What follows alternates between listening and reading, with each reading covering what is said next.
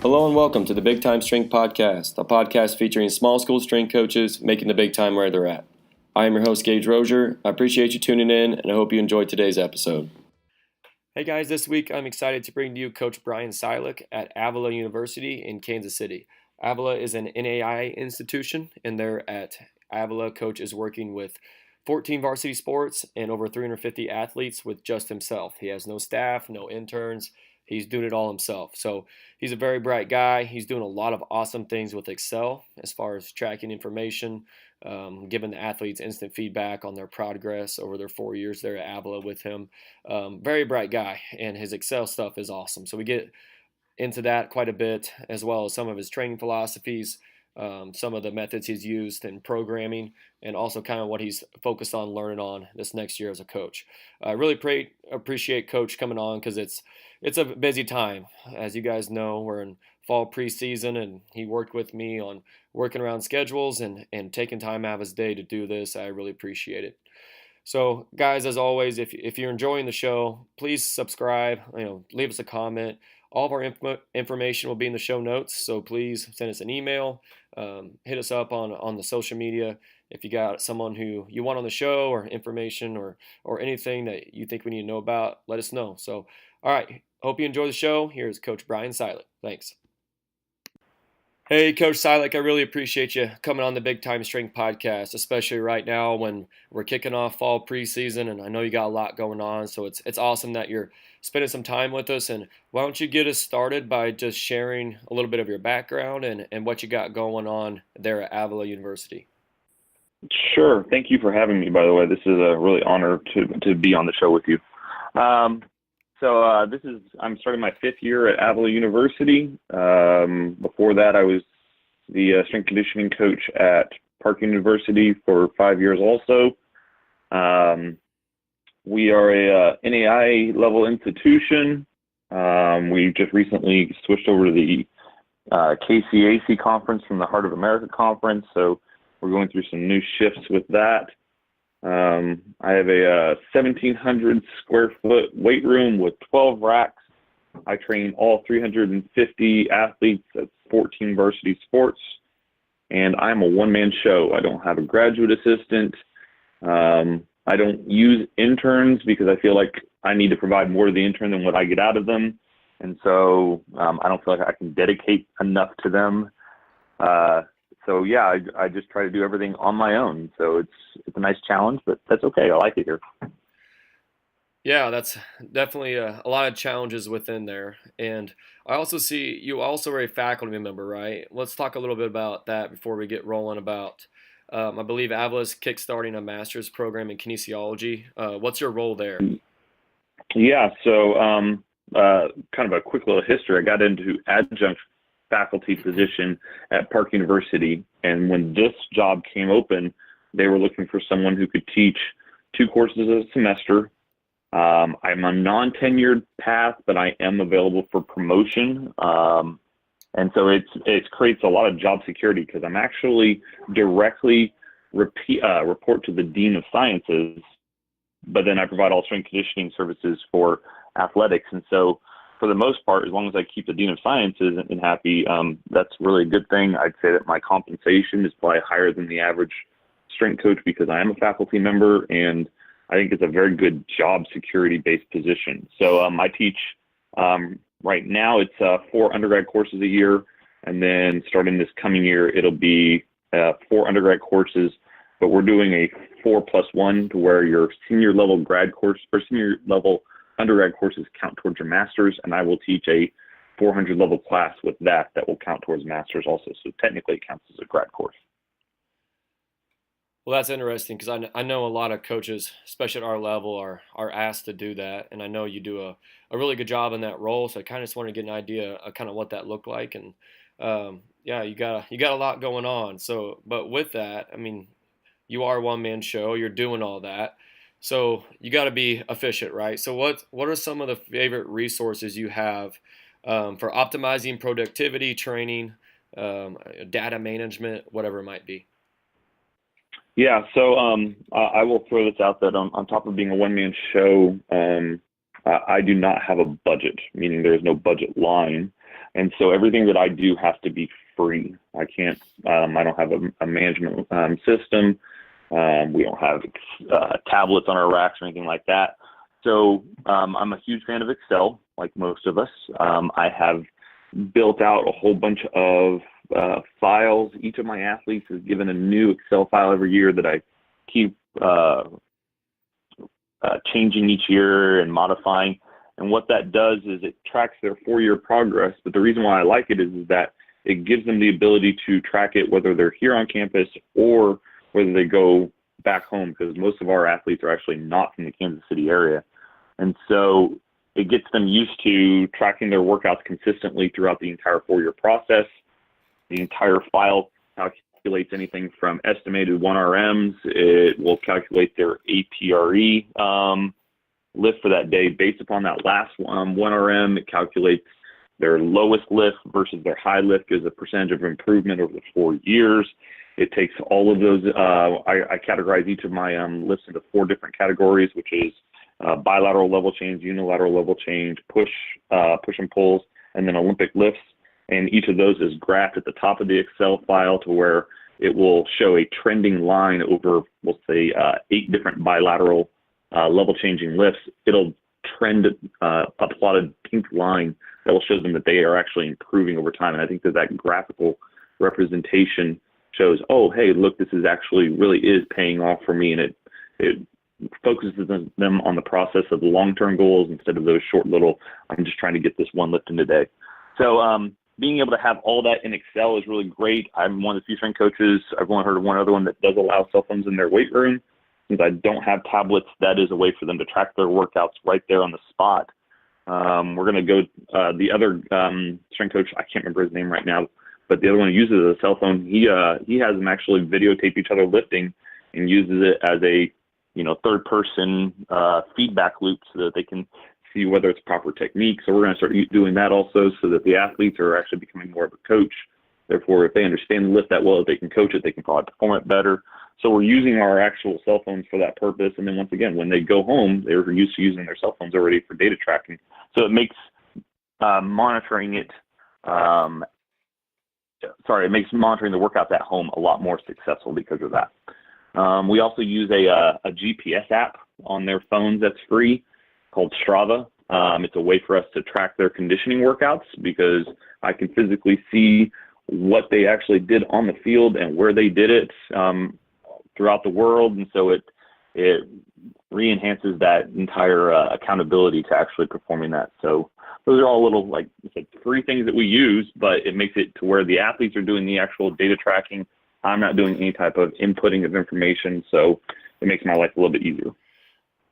Yeah, that's awesome. I love it because you're maximizing resources for sure. And did you build that Excel file yourself? Yeah, like I said, I would call them on version 5.0. We're going to try implementing some triphasic training on top of our APRE training. And so I've added in a triphasic calculator to where it takes any of their last previous single leg exercises and we'll calculate 110 and 120% for our eccentric and isometric contractions. And, I love Excel. It's amazing what you can do with it. That's really impressive. Is there if coaches are wanting to try to build that themselves or get into that, are there any resources online that maybe you look at to try to learn how to do that? Or is it just kind of just play and figure it out? So I attended a 4-hour presentation it was 3 different blocks at one of the national conferences. It was CSCCA. And Ernie Reimer is an amazing sports scientist who is an Excel guru. He taught me a ton of stuff with Excel at that point. And then I also found, of course, most people know him, Steve Olson with Excel Tricks. He's great. And if you send him a question, most of the time he'll respond to you. His book is awesome, so I would highly recommend that as a good starting point. And then it's amazing, honestly, what you can just Google. And one of the hardest formulas I ever did was if you enter a data point here, calculate the exact moment that they inputted that data point so that the athletes can't lie and just randomly put their workouts in later. I know the exact minute that they actually typed in their workouts That's an amazingly hard thing to actually calculate, but you can find that information on Google, and then you just got to keep messing with the formula until you get it to work.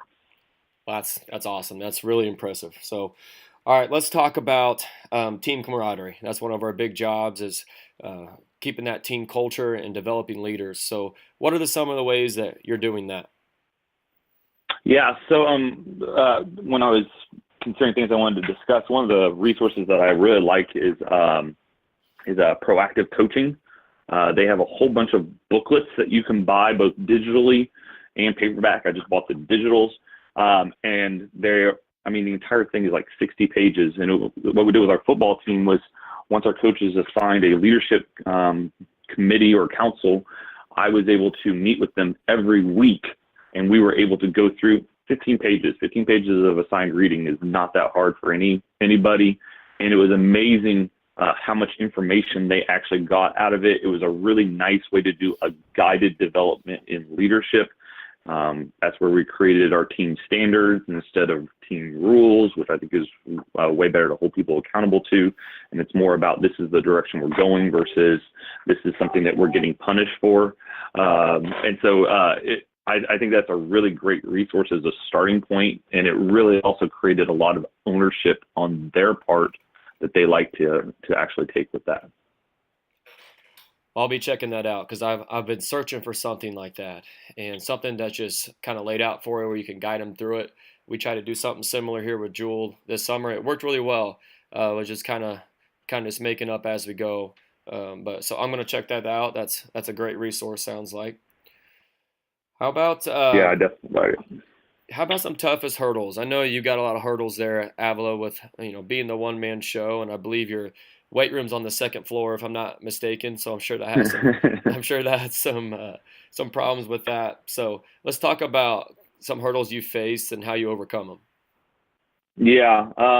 We have a physical limitation with our weight room being on the second floor. We had the same issue at Park University. And I'm not the only strength coach out there that has a weight room on the second floor. You see everybody dealing with it with their administration. I don't know why administration does not hire the strength coach first and then design the facility second.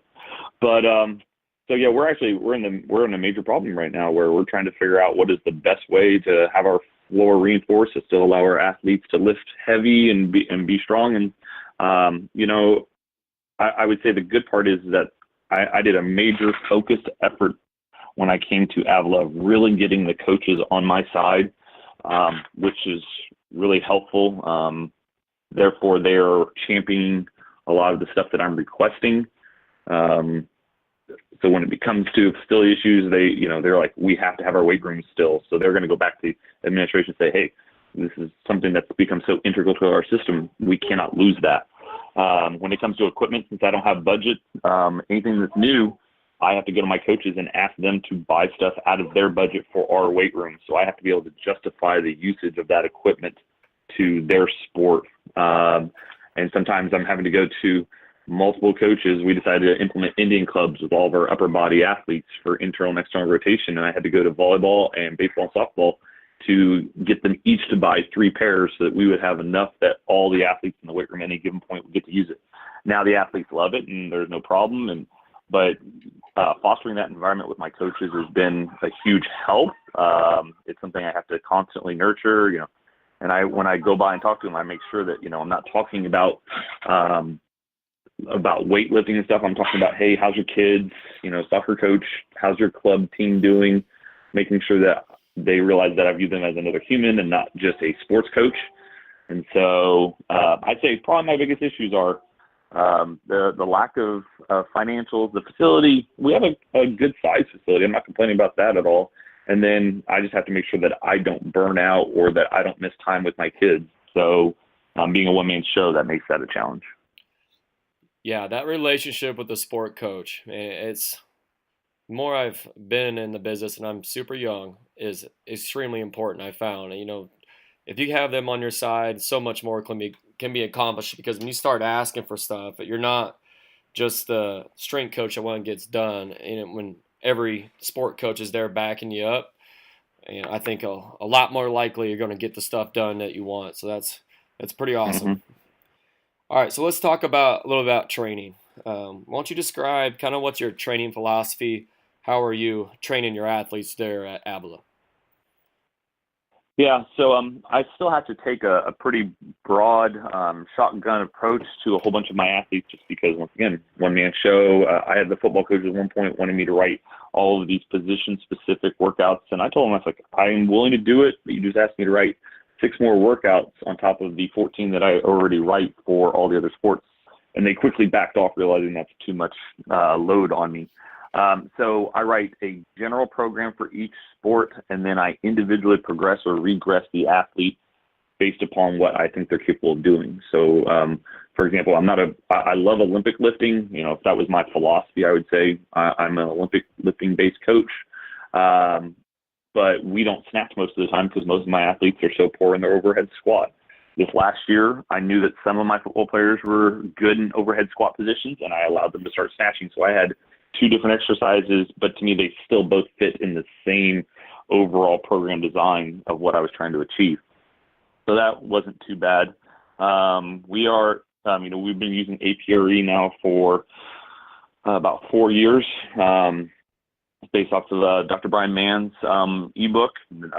It's worked for us really well. I wish we could get more into velocity-based training, but I have one open barbell system, and I have been able to, individually pull an athlete over and have them drop weight, show them what actual power is based upon how fast they're moving that bar, throw them back in. Suddenly they know what it feels like. That's been beneficial, but I would love to actually program design my power lifts based upon actual velocity-based data.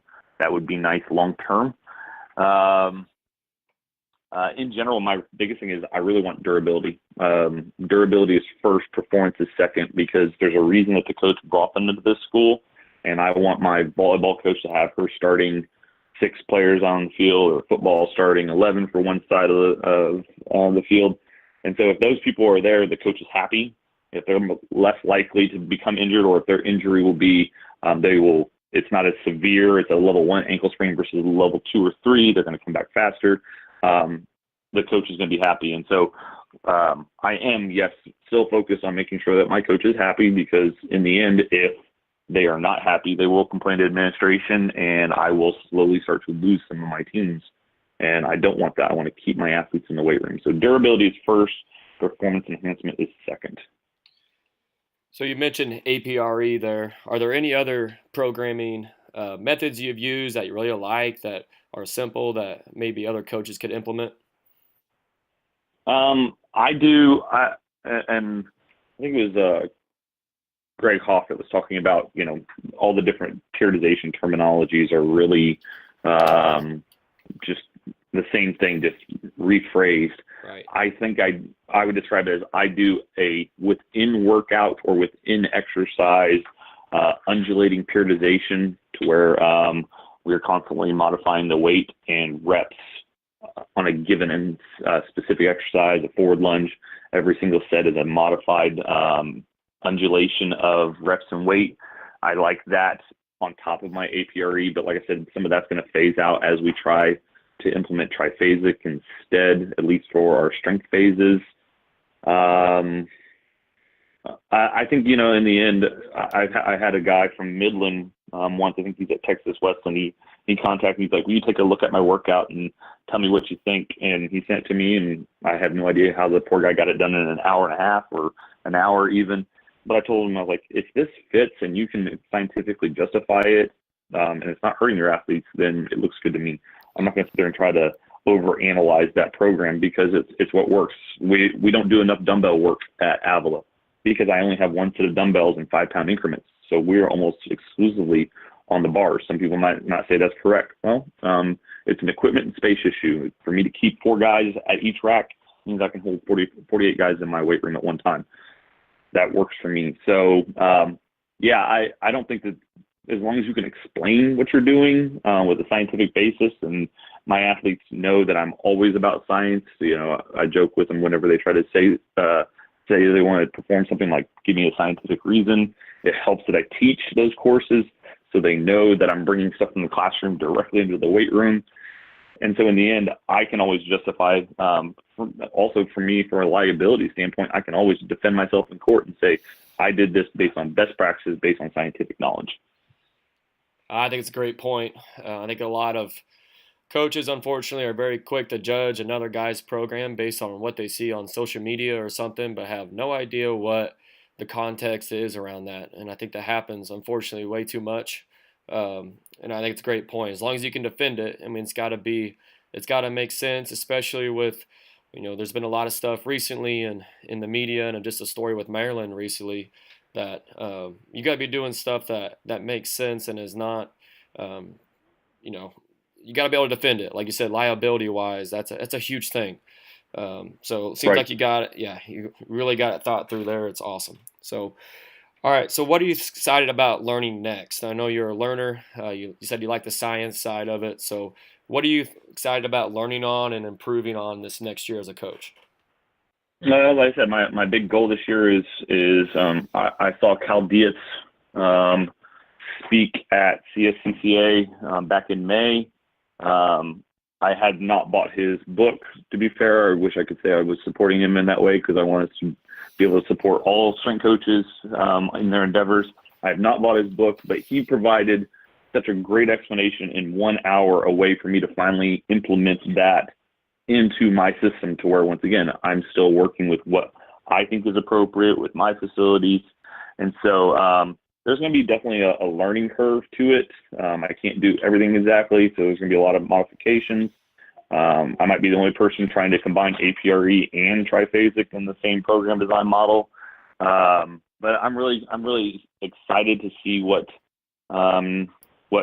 triphasic could do for my athletes. I know my baseball and softball teams have bought into the idea of we're going to start doing some on the side vision training that I got from the U.S. Air Force Academy presentation at NSCA National Conference. And so we're going to see if we can use some of their PowerPoint models to improve some of their cognitive decision making based on visual input. So that should be fun. So those are probably my two biggest things. Oh, and then I think I finally got to a point where we've been doing wellness surveys before, but it was just way too much data. I couldn't come up with a good way to track it. I think I finally, off of Scott Kuhn, who I think is now at Old Dominion, giving him some recognition. He did a great job with Excel of being able to calculate and provide to coaches a dashboard sheet that literally shows a 7-day rolling average of each person's wellness score and how much it's significantly changing, whether it's trending up or trending down. And I think that that's a huge part, is we get all this wonderful data collection, but if we can't provide something to the athlete or to the coach to where it actually makes sense and they can actually do something with it, then it's pretty stinking worthless.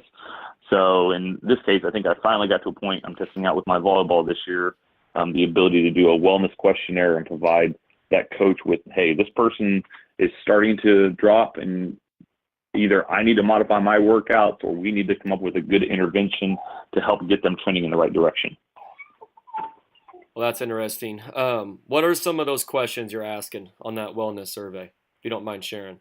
I'm keeping it pretty simple. We're talking about, I want to make sure that we're identifying sleep quality and quantity, because that's something that my athletes are forward with. I know that there's a question related to, and we're scoring the system, but there's a question related to water intake.